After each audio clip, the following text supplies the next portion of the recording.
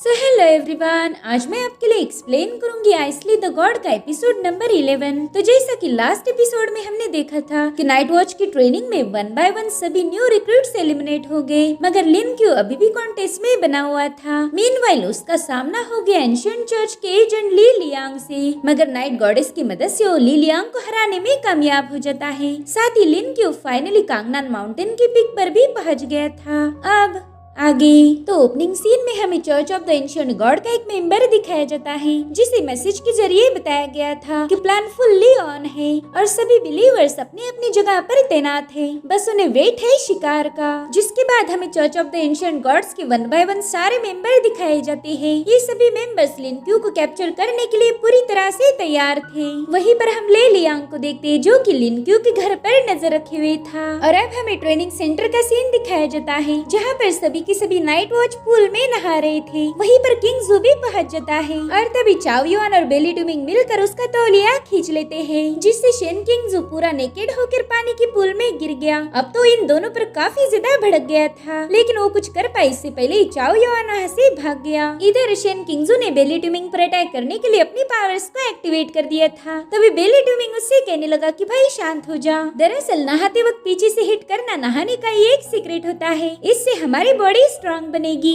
और इसी वजह से हमने तुम्हें पीछे से मारा था। अब हमें क्या पता कि तुम्हारा तौलिया ही निकल जाएगा। ये सुनकर शेन किंगजू ने तुरंत ही उसे एक लात मार दी। बेली डुमिंग कह रहा था कि भाई तुम्हें भड़कने की जरूरत नहीं, हम तो बस पब्लिक की सेवा कर रहे हैं। वो देखो चाओ युआन, वो हमारे न्यू रिक्रूट्स को एक स्पेशल मसाज दे रहा है। इनफैक्ट लिन क्यू भी उससे मसाज लेकर काफी ज्यादा खुश था। और इधर शेन किंगजू ये सब देख कर शॉक हो गया। वो सोचता है कि वाकई ये चाओ युआन की टेक्निक तो बहुत ही अमेजिंग है। मेरे तो कंधों में बहुत ही ज्यादा दर्द है, लेकिन मैं हूँ शेन किंगजू और इसीलिए मैं मेरी बॉडी को किसी भी मर्द को छूने नहीं दूंगा। अगर चाओ युआन लड़की होता तो शायद मैं उससे मसाज लेने का सोचता, मगर एक लड़के के हाथों मसाज, ना ये तो बिल्कुल नहीं होगा। और तभी चाओ युआन ने पीछे से आकर उसकी बॉडी के अलग अलग हिस्सों पर प्रेशर डालना शुरू कर दिया, जिससे शेन किंगजू का ब्लड फ्लो काफी ज्यादा तेज हो गया था। उसके 2-4 फटकों में शेन किंगजू की तबीयत तरोताजा हो गई थी। उसे तो ऐसा लग रहा था मानो नई सुबह हो गई हो। ओके तब वाह भाई, ये तो असम था। और फिर इतना कहकर शेन किंगजू सीधा पुल में गिर गया। चाओ युआन से मसाज लेकर ट्रेनिंग सेंटर के सभी बंदे खुश थे। वहीं दूसरी तरफ हम नाइट गॉडेस को देखते हैं, जिसकी साइकोलॉजिकल हेल्थ अब 53% ठीक हो चुकी थी। वेल, इसका सीधा मतलब ये था कि लिन क्यू अब उसके एबिलिटीज से कुछ अपॉर्चुनिटीज हासिल कर सकता है। उसके पास नाइट गॉडेस की किसी भी एबिलिटीज को सिलेक्ट करने का मौका था, तो तुरंत ही उसके एबिलिटी के चार्ट को देखने लगता है, जिसमें से एक ऑप्शन था एक्स्ट्रा ऑर्डिनरी फर्टिलिटी। अगर ये एबिलिटी लिन क्यू को मिल गई तो खुद ही ढेर सारे बच्चों को पैदा कर सकता है। इधर नाइट गॉडेस तो उसे प्रेग्नेंट समझकर इमेजिन करती है। लिन क्यू का इतना बड़ा पेट देखकर उसे काफी ज्यादा हंसी आ रही थी, इसलिए लिन क्यू ने तुरंत ही उस एबिलिटी से हाथ जोड़ लिए। वो कह रहा था ना मुझे ये पावर बिल्कुल नहीं चाहिए। तो अब उस डिवाइस का कांटा एक और एबिलिटी पर चला जाता है। वो मशीन लिन क्यू से कह रही थी कि ये गॉडेस निक्स की ओरिजिन है, यानी कि अब लिन क्यू को उसकी ओरिजिन की पावर मिल चुकी थी।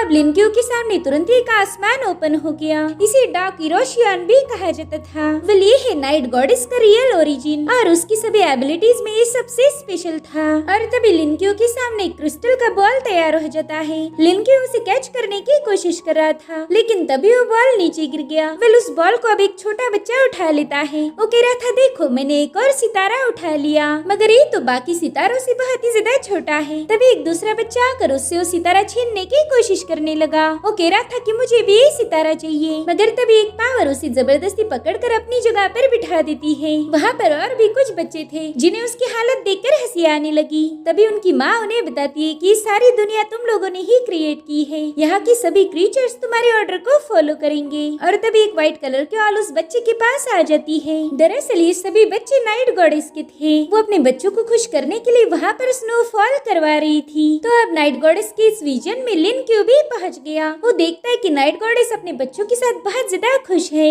लेकिन तभी वहाँ का सारा नजारा ही बदल गया। नाइट गॉडेस देखती है कि उसके सभी बच्चे मर चुके हैं। इनफैक्ट लिन क्यू भी उन बच्चों की लाशें देखकर काफी ज्यादा शॉक हो गया था। उसे तो कुछ भी समझ नहीं आता कि इन बच्चों को किसने मारा होगा। इधर नाइट गॉडेस अपने बच्चों की बॉडीज देखकर काफी ज्यादा रोने लगी। वेल, ये सभी उसकी पास्ट मेमोरीज थी। वो अपने बच्चों के गम में पूरी तरह से पागल हो गई और ये बात अब लिन क्यू भी जान गया था। इसीलिए वो नाइट गॉडेस को संभालने के लिए उसके कंधे पर हाथ रख देता है। वो रोते हुए लिनक्यू से कह रही थी कि मेरे सारे बच्चे मर चुके हैं, बस अब तुम ही एक जिंदा हो, इसलिए प्लीज मुझे छोड़कर मत जाना। लिनक्यू भी ये सब देखकर काफी ज्यादा इमोशनल हो गया था। वो कहता है मदर, मैं हमेशा तुम्हारे साथ रहूंगा, बस मुझे इतना बता दो कि मैं तुम्हारे लिए क्या कर सकता हूँ। मैं तुम्हें ठीक करने के लिए कुछ भी कर सकता हूँ। जिस पर नाइट गॉडेस कहने लगी कि तुम अपने भाई बहनों की मौत का रिवेंज लोगे, लेकिन उसके लिए अभी सही वक्त नहीं आया। जिसके बाद लिनक्यू उस विजन से वापिस आ जाता है। वो कहता है माँ, अगर आप चाहो तो मैं आपको वॉक पर ले जा सकता हूँ। लेकिन तभी नाइट गॉडेस अचानक से गायब हो गई। लिनक्यू देखता है कि वो लोग असाइलम से सीधा ट्रेनिंग सेंटर में पहुंच चुके हैं। नाइट गॉडेस ट्रेनिंग सेंटर को देखकर उससे पूछने लगी, क्या यही तुम्हारा गॉड किंगडम है? मेरे ख्याल से तुम यहाँ के गॉड हो। जिस पर लिनक्यू कहने लगा कि ना माँ, ये कोई गॉड किंगडम नहीं है, बल्कि ये तो रियल दुनिया है। बताए आपको रियल दुनिया में आकर कैसा लग रहा है? जिस पर निक्स कह रही थी कि यहाँ पर तो मुझे घर जैसा कुछ नहीं लग रहा, लेकिन फिर भी ये तुम्हारी दुनिया है, इसी वजह से मुझे ये जगह बहुत ज्यादा पसंद आई। जिस पर लिनक्यू कहने लगा कि यहाँ पर तो मैं ट्रेनिंग करता हूँ, अगर मुझे यहाँ से बाहर जाना अलाउड होता तो शायद मैं आपको यहाँ का इलाका घुमाता।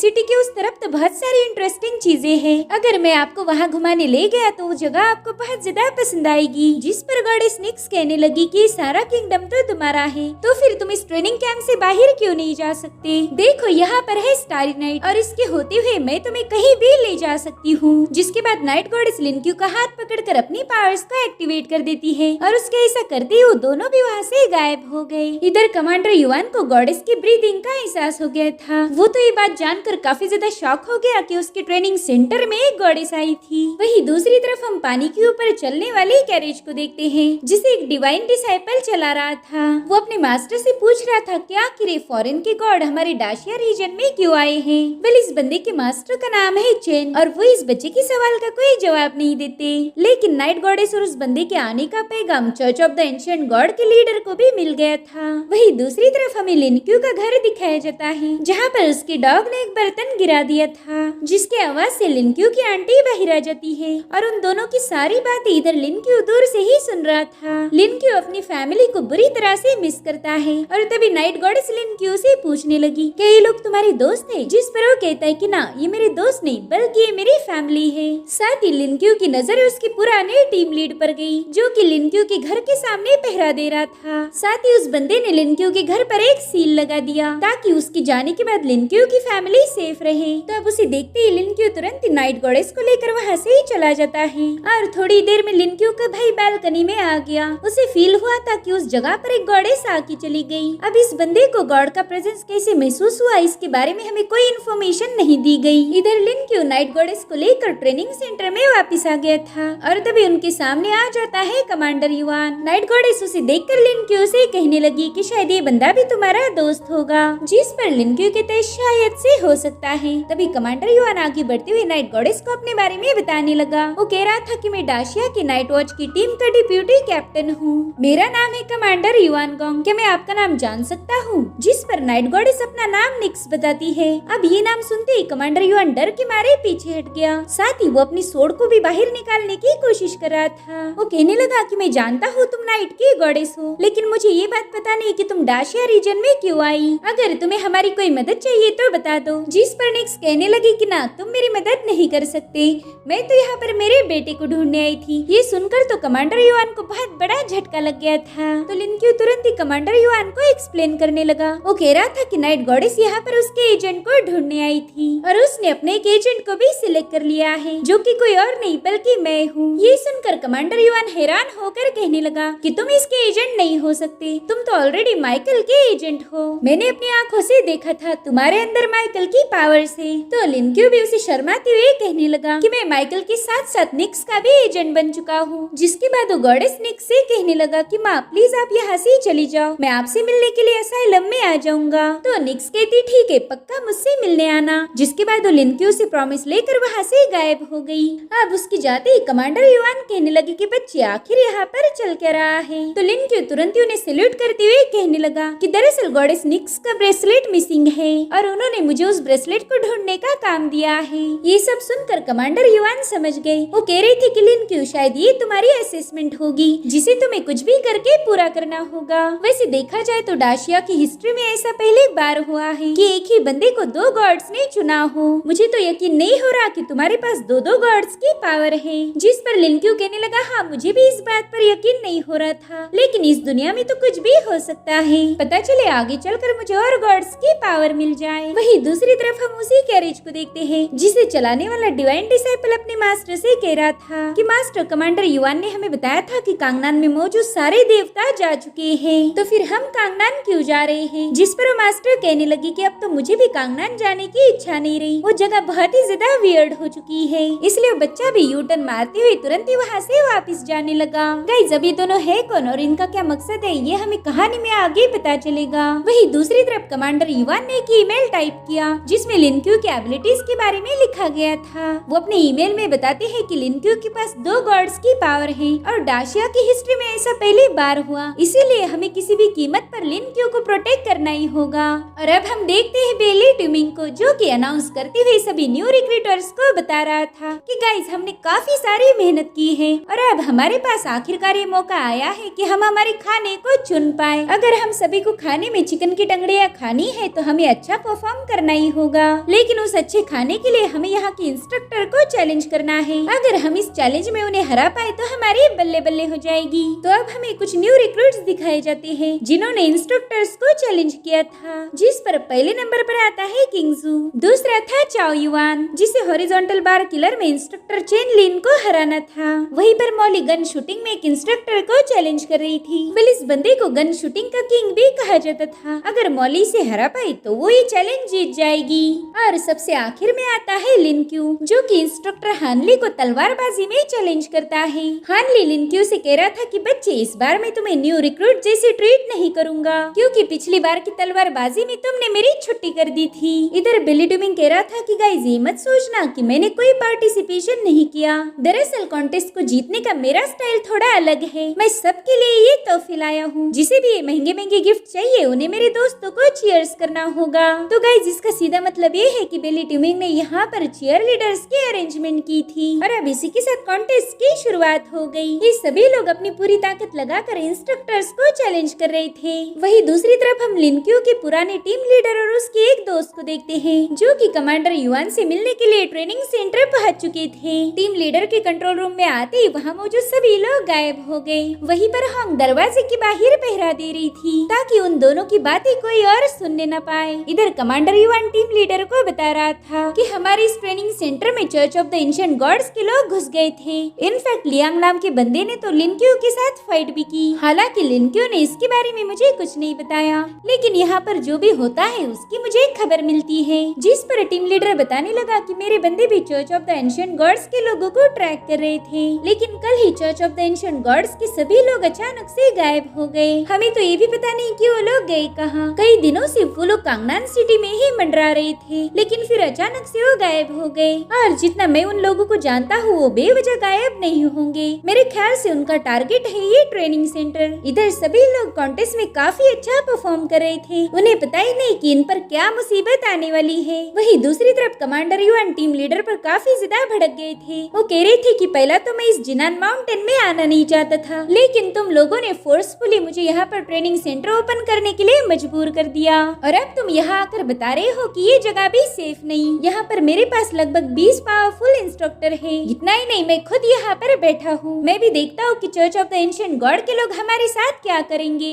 जिस पर टीम लीडर उन्हें कन्विंस करने की कोशिश करता है। वो कह रहा था कि हम church of the ancient gods के लोगों को हल्के में नहीं ले सकते। वो लोग लगभग 2 महीनों से कुछ प्लानिंग कर रहे हैं और ना ही हमें उनके अड्डों के बारे में कुछ पता है, इसीलिए हम लोग चाहकर भी उन पर अटैक नहीं कर सकते। और रही बात हमारी, तो हम उनके सामने पूरी तरह से एक्सपोज्ड हैं। वो हम पर कभी भी अटैक करके यहाँ से भाग सकते हैं। इनफैक्ट ब्लैक मार्केट में तो बेली ट्यूमिंग और लिनक्यू पर भी बोली लगाई गई है। जो भी इन दोनों को कैप्चर करेगा उन्हें बहुत बड़ा रिवॉर्ड दिया जाएगा। हमें कुछ भी करके इन दोनों को प्रोटेक्ट करना होगा, खासकर लिनक्यू को। जिस पर कमांडर युआन कहने लगा कि उन दोनों का क्या करना है उसका डिसीजन मैं लूंगा, क्योंकि फिलहाल वो दोनों मेरे अंडर है। इधर मॉली ने गन शूटिंग में काफी अच्छा परफॉर्म किया था और उसका परफॉर्मेंस देखकर वो सभी लोग काफी ज्यादा खुश हो गए। इधर टीम लीडर कह रहा था कि तुम अपने न्यू रिक्रूट्स पर कुछ ज्यादा ही फोकस कर रहे हो। जिस पर युआन कहते हैं कि तुम मुझे मेरा काम ना सिखाओ तो बेहतर होगा। वो कहता है कि मैं तो तुम्हें सिर्फ बताने आया था कि ये जगह अब सेफ नहीं रही, हमने जल्दी से न्यू रिक्रूट्स को यहाँ से शिफ्ट करना होगा, वरना अंजाम काफी ज्यादा बुरा हो जाएगा। क्योंकि एंशिएंट चर्च के लोग सन की है, वो इन रिक्रूट्स के साथ क्या करेंगे इसकी कोई गारंटी नहीं। मगर कमांडर युआन तो अपनी जिद पर अड़े हुए थे। वो कहने लगे कि इन बच्चों को यहाँ रखना है या नहीं इसका डिसीजन तुम नहीं बल्कि मैं लूंगा। मैं तुम्हारा सीनियर हूँ इसलिए मुझे मेरा काम मत सिखाओ। और इस तरह से वहाँ का माहौल काफी ज्यादा गर्म हो गया था। वही दूसरी तरफ हम लिन क्यू को देखते हैं जिसने हानली के अटैक को रोकते हुए उसके गले पर अपनी तलवार टिका दी। वो कह रहा था अच्छा हुआ ये तलवार लकड़ी की बनी है, अगर रियल सोड होती तो तुम्हारी गर्दन धड़ से अलग हो जाती। हानली तो ये सुनकर जोर जोर से हंसने लगा। वो कहता है लिन क्यू इस बात में कोई शक नहीं कि तुम एक जीनियस हो और इसी वजह से आज मैं तुम्हारे सामने हार मानता हूँ। इधर बेली ट्यूमिंग भी कह रहा था कि गाइस देखो हमारे साथियों ने इंस्ट्रक्टर्स को हरा दिया, चलो अब हमें ढेर सारा चिकन खाने को मिलेगा। जिसके बाद ये सभी लोग बड़े ही खुशी से कैंटीन की तरफ भाग रहे थे। लेकिन उतने में ही वहाँ पर अनाउंसमेंट हो गई कि ट्रेनिंग सेंटर टेम्पररी सस्पेंड हो चुका है, इसलिए सभी न्यू रिक्रूट्स जल्दी से बैकपैक करके ट्रेनिंग कैंप को इवैक्यूएट कर दो। उस अनाउंसमेंट से ये सभी लोग काफी ज्यादा शॉक हो गए थे। अब वहाँ पर कई सारी वैन्स रेडी हो जाती है जिनमें इन सभी न्यू रिक्रूट्स को बिठाया जा रहा था। साथ ही इनके पास कुछ वेपन्स भी दिए गए, लेकिन बस नाम के लिए। उन वेपन्स को यूज करने के लिए इन्हें क्लियरली मना किया गया था। इधर हॉन्ग को देखकर लिन क्यू तुरंत ही उससे मिलने चला जाता है। वो हॉन्ग से पूछने वाला था कि आखिर इमरजेंसी इवैक्यूएशन क्यों हो रहा है, मगर टीम लीडर से बताता है कि इसके बारे में हम बाद में डिस्कस करेंगे। तो लिन क्यू तुरंत ही मिलिट्री वैन में जाकर बैठ गया। अब ये सभी वैन जैसे ही कैंप के बैरियर से बाहर आ गई, इन सभी न्यू रिक्रूट्स की लेवल अपने आप बढ़ गई थी। इन सभी ने एक साथ ही ब्रेक थ्रू कर लिया था, जिससे वो लोग काफी ज्यादा खुश हो गए। तो इंस्ट्रक्टर जैंग उन्हें बताता है कि तुम लोग काफी दिनों से ट्रेनिंग कैंप में थे, तब हमने तुम्हारी मेंटल स्ट्रेंथ को सप्रेस करके रखा और अब इतने दिनों के बाद वो अचानक से फ्री हो गई। इसी वजह से तुम सभी लोग ब्रेक थ्रू कर पाए हो। वहीं पर बेली ट्यूमिंग ब्रेक थ्रू करने की खुशी में अनाउंस करता है कि वो सबके लिए गाना गाएगा। स्पेशली वो सॉन्ग मॉली के लिए डेडिकेटेड था। इधर मॉली तो अपना नाम सुनते ही बहुत ज्यादा टेंशन में आ गई थी। वहीं पर लिन क्यू सोचता है कि अब मेरी एक लेवल बढ़ गई है, इसका मतलब ये है कि अब मैं एक और गॉड का डोर ओपन कर सकता हूँ। तो तुरंत ही असाइलम में मौजूद एक और लॉक डोर के हैंडल को घुमाता है और इस बार वो डोर ओपन हो चुका था। वहीं दूसरी तरफ हम church of the ancient gods के एक मेंबर को देखते हैं जो कि गवर्नमेंट के रेस्ट्रिक्टेड एरिया में घुस गई थी। वहाँ पर उसके रास्ते में जो भी आ रहा था उसने उन्हें टच करके पत्थरों में बदल दिया और वो भी एकदम शानदार अंदाज के साथ। अब उसके आने की खबर वहाँ की सिक्योरिटी को भी मिल चुकी थी, इसलिए वो लोग तुरंत ही आकर उस पर गोलियां बरसाना शुरू कर देते हैं। मगर उस बंदी पर तो इसका कोई असर नहीं होता, उल्टा उसने अपनी पावर्स को रिलीज करते हुए उन सभी लोगों को पत्थरों में बदल दिया। इधर लिन क्यू भी एक नए गॉड के पास आ गया था। शायद इस गॉड के बारे में हमें अगले एपिसोड में पता चलेगा। वहीं दूसरी तरफ उस बंदी ने मिसाइल का कंट्रोल अपने हाथ में लेते हुए ढेर सारी मिसाइल्स लॉन्च कर दिए, जो कि सीधे जाकर इन सभी के मिलिट्री वैन्स को ब्लास्ट कर देते हैं। और इसी धमाके के साथ एपिसोड भी यहीं पर एंड हो जाता है। Thank you so much for watching. Bye bye.